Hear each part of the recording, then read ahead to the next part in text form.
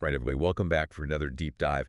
Today, we're going to be looking at something, a topic that's super relevant to anyone who's kind of trying to understand, I guess, the autonomy these days, right? Wealth inequality. Yeah, It's a big one. absolutely. And we're going to be going a little bit beyond, I think, the typical talking points Right. that you see when you look at this issue, like tax breaks and things like that. We're going to be talking about the role of inflation Yes. in driving wealth inequality. That's right. And I think that, a lot of people, when they think about this issue, obviously tax, policy is a big part of the conversation, but oftentimes the way that inflation interacts with assets and debt is something that is sort of left out of the conversation. It's like this silent engine, right? Exactly. Yeah, you might think of tax cuts as sort of like, giving someone a slightly bigger slice of the pie, Right. but inflation is actually like baking a whole new pie Well, where the slices were already unequal to begin with. okay, so let's unpack that a little bit because I think on the surface it makes sense that like Right. tax cuts Yeah. equals you know More money. rich people get to keep more of their money. Right. But how does inflation do that? So I think that one really interesting way to think about it is to look back at a period like the 1970s, which was a period of very significant inflation. Okay. And during that time, what we saw was things like real estate values skyrocketing. Right. So someone who owned property worth, say, $100,000 in 1970 could have seen that same property be worth, $200,000 or $300,000 by 1980. Wow. And so that's pure wealth gain Just by virtue by virtue of holding on to that asset. of holding on to it. It far surpasses any kind of potential tax savings that they might have gotten. So if you owned assets like real estate back then, Mm-hmm.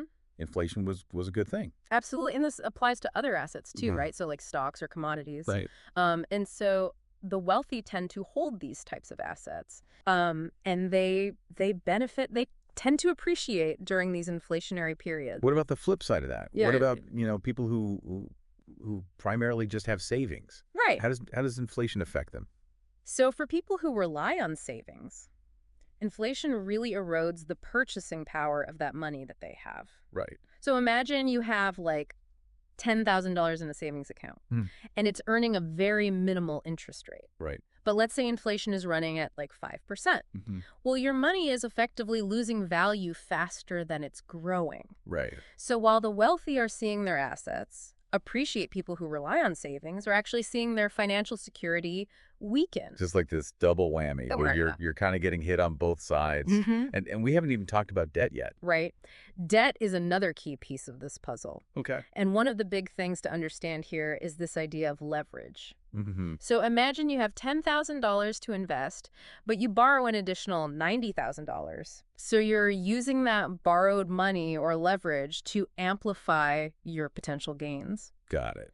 Now, during inflation, the real value of that $90,000 of debt actually decreases over time. Interesting. It becomes cheaper to repay. So in a way, inflation is like working in your favor Exactly. to erode that debt that you have. And remember, this is debt that's often used for investments, Right. not for everyday expenses. Right. So it's not like, this is helping someone pay off their credit card debt. Right. Right. This is debt that is going to further widen the gap. Right, because the average person is probably dealing with Exactly. credit card debt or They're dealing with a mortgage, student loan debt, things like that. things like that, and that just gets worse with inflation. Exactly. Yeah. So it's a completely different set of rules. Right, and what about the role of businesses? Where do they fall in this whole equation? So businesses, and especially those that are owned by the wealthy, often have the power to raise prices to offset the rising costs that they're experiencing due to inflation. Right.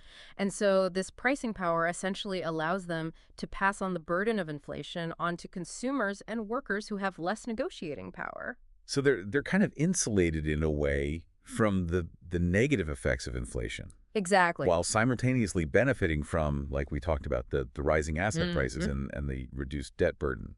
Exactly. And I think this really highlights how wealth inequality is such a systemic issue. It's not just about individual choices that people are making. It's really about how the system is structured. And the scary part, I think, to me at least, is just how quietly all of this happens. That's the key takeaway here, right? Right. When we have changes in tax policy, those are debated. Those are very visible things.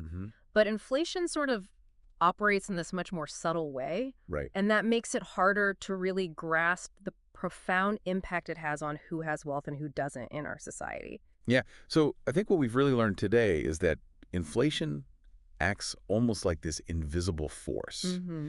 that's amplifying these inequalities that already exist Right. by, like we talked about, boosting asset values, easing that debt burden for the Mm-hmm. wealthy, and really giving them the power to shift the costs onto others. Exactly. So the question then becomes, I guess, if this is happening so quietly, Mm-hmm. and it's really benefiting the people who already have the most, Right.